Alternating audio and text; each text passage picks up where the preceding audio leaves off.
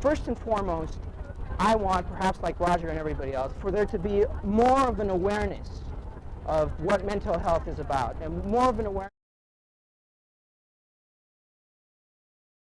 Mental health counselor in Phoenix and Santa Barbara, a residential treatment facility that has been taking care of the mentally ill for the last 25 years.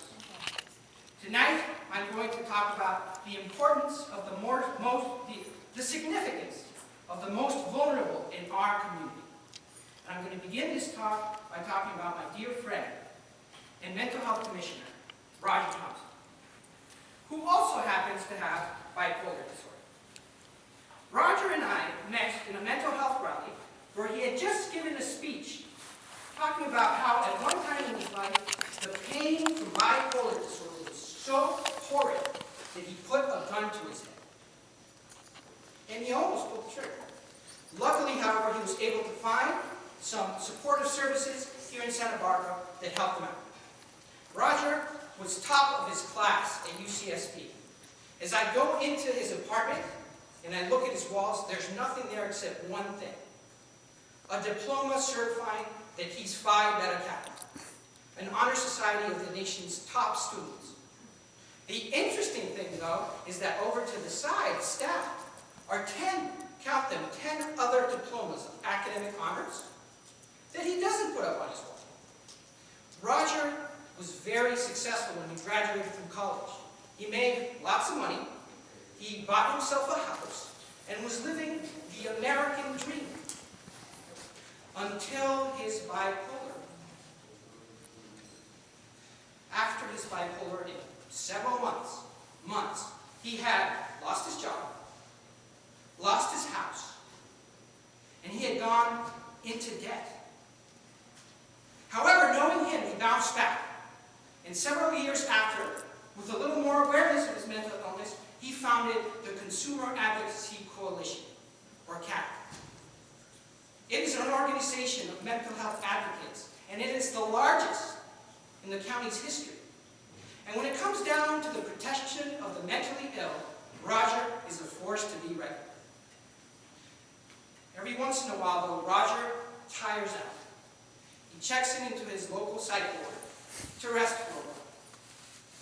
And it is during these times that I notice, knowing his story and being his friend, I notice the greatest tragedy of them all. You see, Roger Thompson not only suffers from bipolar disorder, he suffers from a broken heart.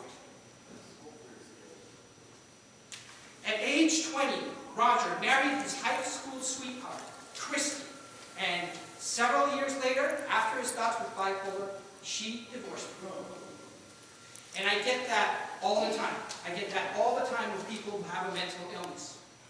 Perhaps the greatest tragedy of mental illness is not the disease itself, but the fact that the disease stops people, hinders them from creating relationships that they can form and keep. And let's face it, that's where we get our love. I asked Roger point blank, I said, Roger, do you think that your bipolar disorder had anything to do with the dissolution of your marriage? And he just turns around and looks at me and says, Luis Jose, why would someone want to be with a person that has what I have? Well, let me tell you all something. I've suffered from heartbreak. And I've walked the streets of Santa Barbara alone. The year 2009 was no exception. And the people who helped me, the people who kept me going, who gave me love, that kept me bold, are my clients at Phoenix and Santa Barbara, and friends like Roger Thompson, with heavy crosses to bear. The mentally ill, the homeless, the disabled have more shining light in their hearts than we will ever know. They tell me, that's a wonderful thing you do, helping others. And I say, yeah, of course it's wonderful. And I have to thank my clients for that, because they help me. And that is why we have to help our most vulnerable, not because they're weak, not because they're needy, but because we need their help. Now, Martin Luther King Jr. once spoke in his speeches about a concept called the promised land. It is an idyllic society where there's no more heartbreak, no more fear, and our most vulnerable are our greatest strength. This concept is not a lie. It is something that we can aim for. In fact, Martin Luther King said it in his own words that he had seen this society. And this, I quote, "I have seen the promised land. I might not be there with you, but we as people will get to the promised land." Martin Luther King said this exact same words a day before he was shot dead in a hotel room in Memphis, Tennessee. That was the last speech he ever gave. That's how important this message is. We are going through difficult times.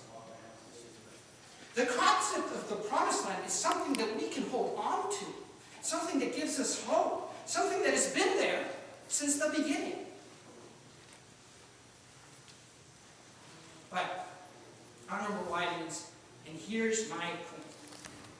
We will not get to the promised land. We won't, I guarantee you, unless we get the direct assistance and support of our most vulnerable. They're that important. I've just spoken about the importance of our most vulnerable in our community. So to conclude, what can we do now? Now to help them out. Now to get a little closer to the promised land. I'm going to say one request. It's going to be real simple, just one. Reach out. Reach out to that homeless person.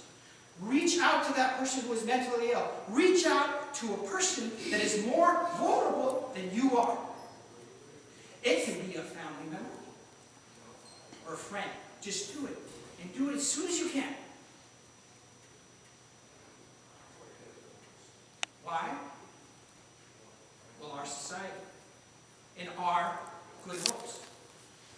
If this speech gives you one iota of strength or inspiration to reach out to a person that is more vulnerable than you are, then it's done its job. Roger Thompson reached out for all of us. He's helping us. So reach out because Martin Luther King Jr. said that he would make it. Thank you so much.